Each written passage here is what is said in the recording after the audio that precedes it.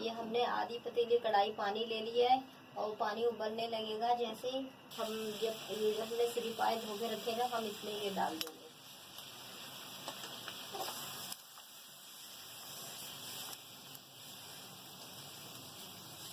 अभी इसमें हमें उबालना है। 1 चम्मच नमक डालेंगे खीर खत्म करने के लिए। ये आधे चम्मच हल्दी डालेंगे। ये दोनों चीज़ों को डाल के हम मिक्स करेंगे। मिक्स करने के बाद हम 2 से 3 मिनट तक उबालेंगे। आप इस तरह चम्मच की मदद से ना इस तरह आपने करके ये झाग फेंक देनी, आपने फेंक देनी है।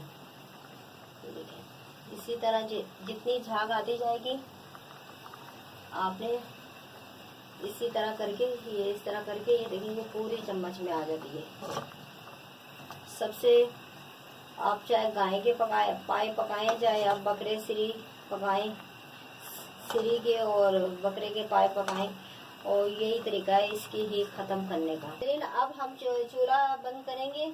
इसको हम जो ना छन्ने में छान लेंगे। छान के फिर अच्छी तरीके से धो के पतीली को धो के फिर हम मसाला तैयार करेंगे।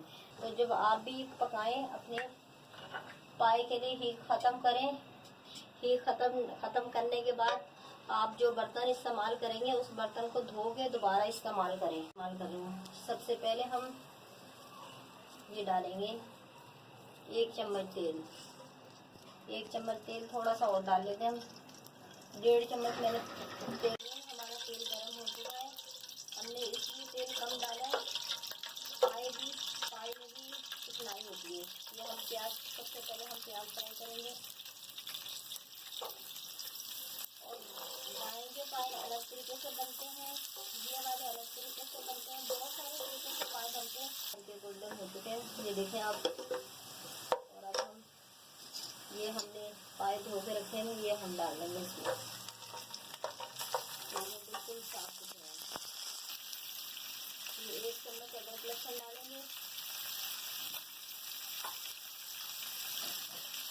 1 चम्मच नमक डालें। एक और डालेंगे। फिर 2 चम्मच मैंने नमक डाला है। हम थोड़ा सा भूनेंगे, अदरक लहसुन की पीस कम हो जाए। इसके हम अंदर डाल देंगे ताकि हमारे मसाले भी इसके साथ अच्छे तरीके से फ्राई हो जाए।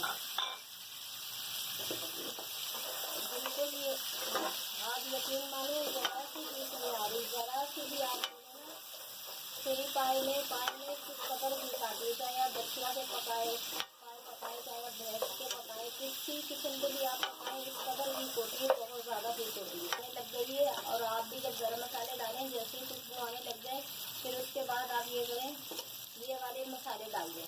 सबसे पहले वो मसाले जाएंगे, फिर ये मसाले जाएंगे। धनिया पाउडर, हल्दी पाउडर, लाल मिर्ची का पाउडर,